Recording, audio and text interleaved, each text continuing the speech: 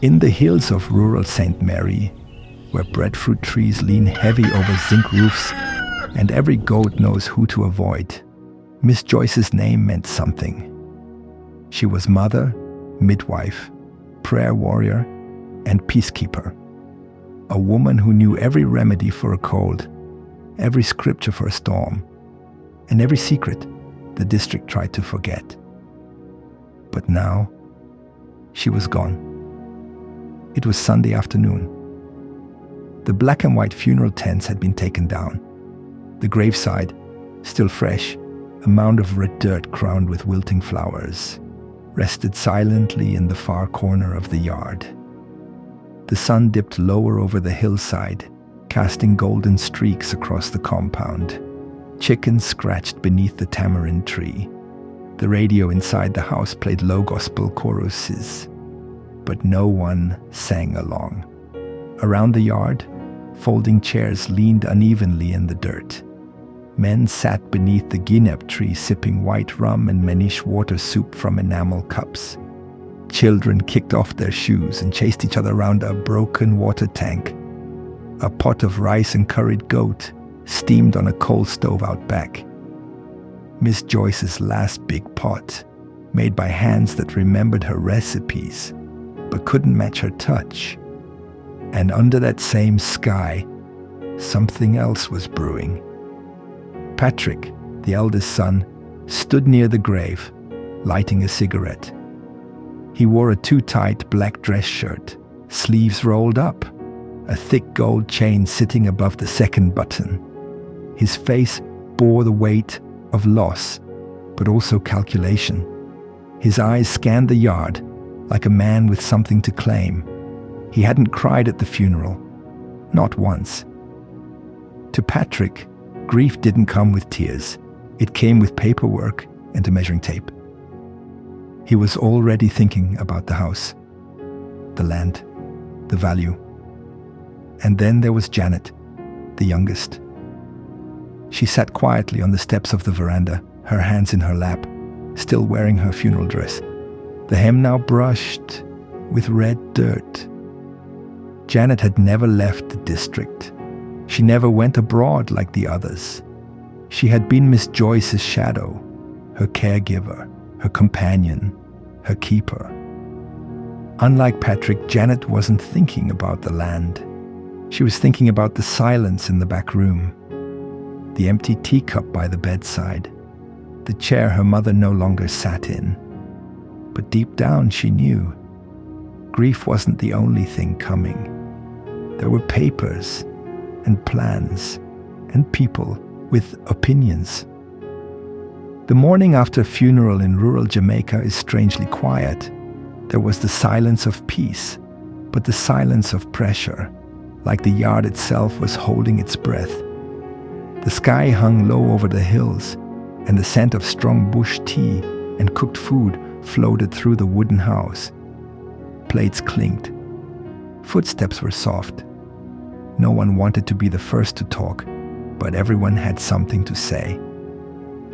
Inside the kitchen, the family breakfast table was full of food, but there was no laughter. Boiled bananas, fried dumplings, callaloo with saltfish and the leftover curried goat. A spread Miss Joyce would have been proud of if she had been there. Janet sat at the far end of the table, quietly buttering bread. Her eyes were puffy from the night before, but her back was straight. She passed a cup of tea to Uncle Roy without saying a word. Patrick, freshly shaven and already dressed in slacks, sat at the head of the table like it was his by right.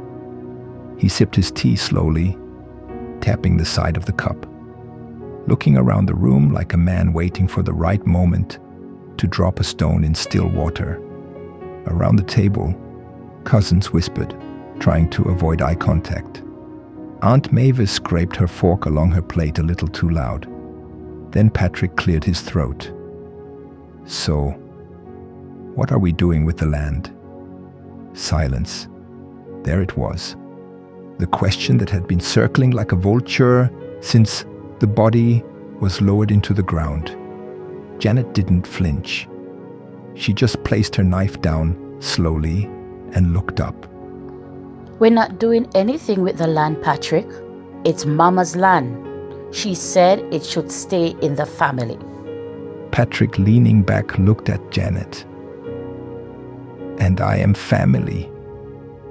But I'm not planning to rot in this bush like her.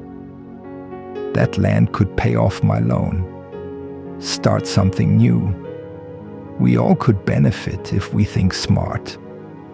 The table grew colder, despite the heat. Mama didn't raise us to sell our roots, Patrick. That land buried her mother, her father, our father. No, her. You want to sell soil with her name still fresh on the tombstone? You want to keep it to raise goats and beg donations for zinc? Wake up, Janet. You're holding on to memories. I'm holding on to reality. A fork dropped. Uncle Roy shifted in his chair. Mavis looked like she wanted to say something, but didn't. Janet stood slowly, the chair scraping behind her.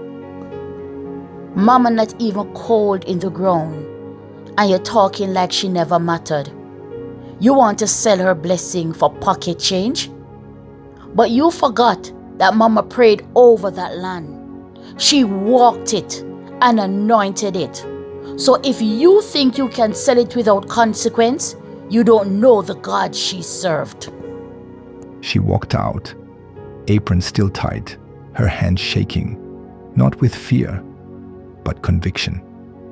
The breakfast ended, but the battle had just begun. And in a house that once knew nothing but peace, the seeds of war were now planted in the ground. Grief may bring families together, but greed separates the sheep from the goats. It didn't take long. By Wednesday afternoon, just 3 days after the funeral, the phone calls had already begun. Quiet meetings, whispered suggestions, side glances, smiles that didn't reach the eyes. On the back veranda, Patrick sat with Uncle Basil, Cousin Neville, and Marlon, a distant nephew from Kingston who barely made it to the funeral. A pot of corn soup bubbled nearby, but none of them were truly hungry. Papers were spread across the table. One was a hand-drawn sketch of the property, Miss Joyce's land. The other was a printed form from the land office. God, I can't fight them. I don't have a lawyer. I don't have money. I don't have backup. But God, I have you. If the land is truly yours, then protect it. If I am wrong, God, correct me. But if me right, then fight for me. And somewhere in heaven, that simple prayer thundered louder than all the backdoor meetings combined. Uncle Roy, Miss Joyce's quiet older brother, sat in his rocking chair sipping bush tea. He'd heard the whispers, seen the glances. He called out without looking up, "Janet, hold your peace and pray. I know how they stay, but I also know the God your mother serve. Let them plan, let them talk, but you stay on your knees. Because sometimes the most powerful weapon is a whispered prayer in the hands of a righteous woman. Some truths don't whisper. They come like thunder, cracking through the silence, shaking everything in their path. And in Miss Joyce's house, that moment had finally come. The entire family gathered in the living room, crammed into every chair, bench, and stool. A storm cloud hovered above them, and the air between them was thick. On the wall, Miss Joyce's Bible sat unopened on the mantel. Below it, a tin of sorrel, untouched from the repast. Janet stood near the doorway, arms crossed, eyes tired but steady. Patrick, chest out, stood in the center of the room, holding a folder in one hand. "I am not here to argue. I am here to reason. Mama is gone. We can't bring her back, but we can move forward. Yes, we can't bring Mama back. But forward into what exactly, Patrick? Betrayal? Marlon, the cousin, cuts in and stares at Janet. Why do you make it sound so? Patrick is trying to help everybody. If the land is sold, all of us will have peace. Marlon, let's be clear. Peace built on dishonor is not peace. Peace built on betrayal and sabotage is not peace. So don't come into this living room talking to us about peace. Voices rose. Accusations flew. She always thinks she is more holy than we. Miss Joyce never put her name on no deed. Janet is holding up everybody's progress. And just as the room began to boil, Uncle Roy stood up. In a stern voice, he shouted, "Enough!" And then there was silence. I was there when Joyce planted the first banana tree. I was there when we buried our papa and mama, and your father right next to that mango tree. You want to trade all of that for money? Do you realize that money goes, but land stays? So tell me, Patrick, what stays with you after you sell what God calls holy? The room stilled. Patrick hissed and shook his head. The folder in his hand dropped on the table with a thud. The room was on fire with rage. Patrick's face twisted. His words had failed. His pride had been cornered. And then with one sweeping motion, he flashed his hand and struck the Bible off the shelf. It tumbled and hit the ground with a thud. Gasps filled the room, but something else fell out with it. A folded yellowing sheet of paper. It danced briefly in the air, then landed near Janet's feet. A hush came over the house. Someone bent down and picked it up. The outside read, in soft cursive handwriting, "To my children." The signature beneath it was unmistakable. Joyce E. Morrison. Janet stepped forward slowly, her hands trembling. She took the letter and began to read aloud. Her voice was low, but strong. Each word sounded like prophecy wrapped in memory. My children, if you are reading this, it means I've gone home to be with the Lord. I pray I died in peace. I pray you remember who raised you and why. The room was still. Even Patrick, red-faced, had sat down without realizing it. I did not work this land for you to fight over it. I prayed on this soil, buried your father beneath the mango tree. If you must sell it, do it together in unity and love. But I beg you, do not dishonor the ground that fed you. Janet stopped. Her eyes welled with tears. The only sound in the room was the buzz of a single fly. This land is not riches, it is remembrance. Do not trade legacy for luxury. God is watching, walk wisely, and above all, stay together. When she finished, Janet didn't speak. She folded the letter and placed it gently back into the Bible. No one moved. No one argued. Even the wind outside seemed to pause. Because Miss Joyce, though buried beneath the hillside soil, had spoken louder than all of them combined. Some letters aren't written with ink alone.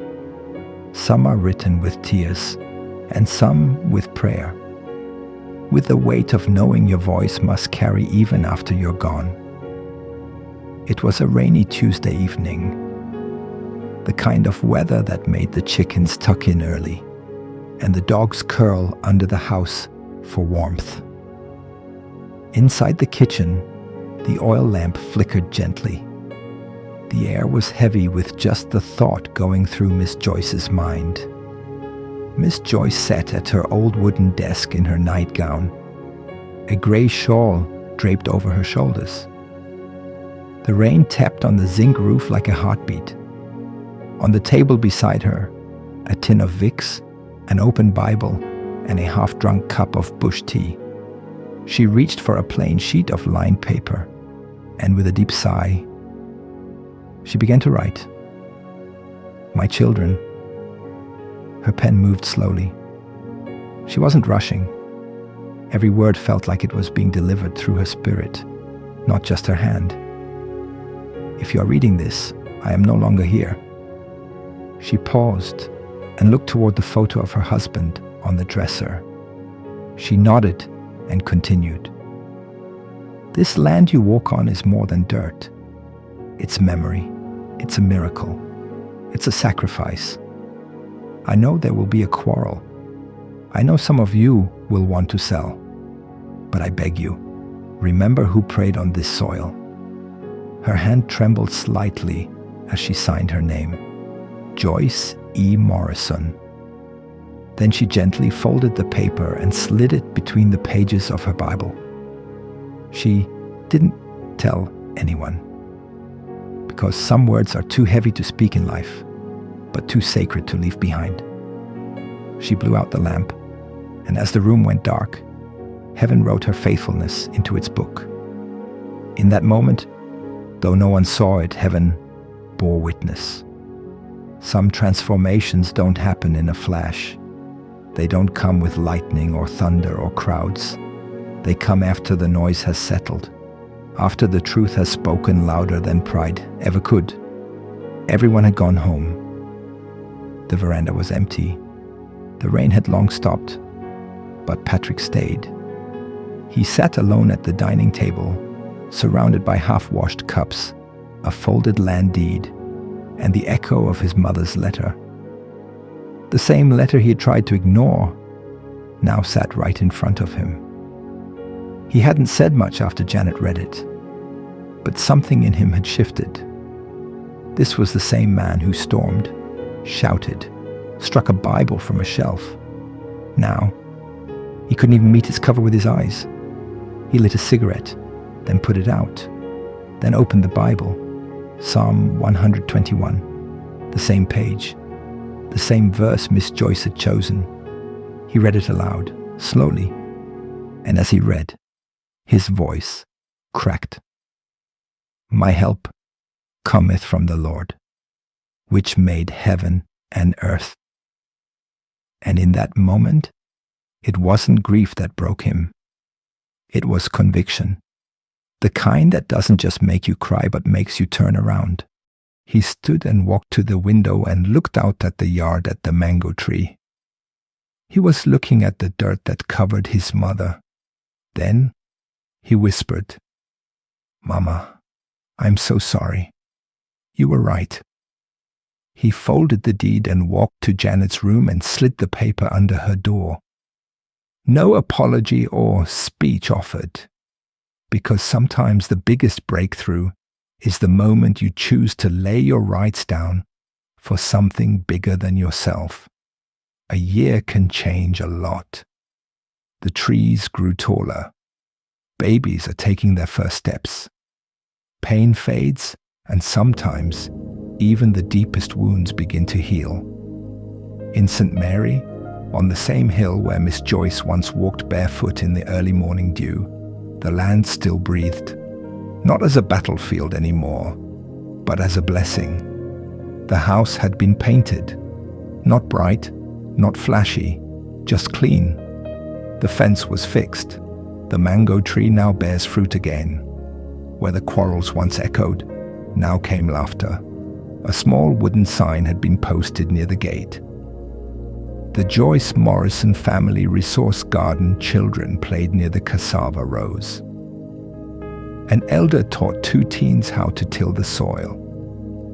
One corner of the land had been turned into a reading shed, built with leftover zinc and painted murals. Janet stood under the shade of the almond tree, hands folded, a soft smile on her face, and beside her was Patrick. He held a bucket of feed, laughing as chickens scattered at his feet. There was no folder in hand. It was just peace. Inside the small wooden structure, a photo of Miss Joyce hung high above a shelf of Bibles, seed packets, and jars of bush medicine.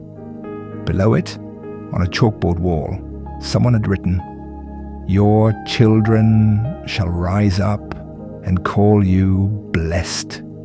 Proverbs 31:28. The land was never meant to be sold, but was meant to be sown. Not just with crops, but with conviction and love. With the kind of legacy no money can buy.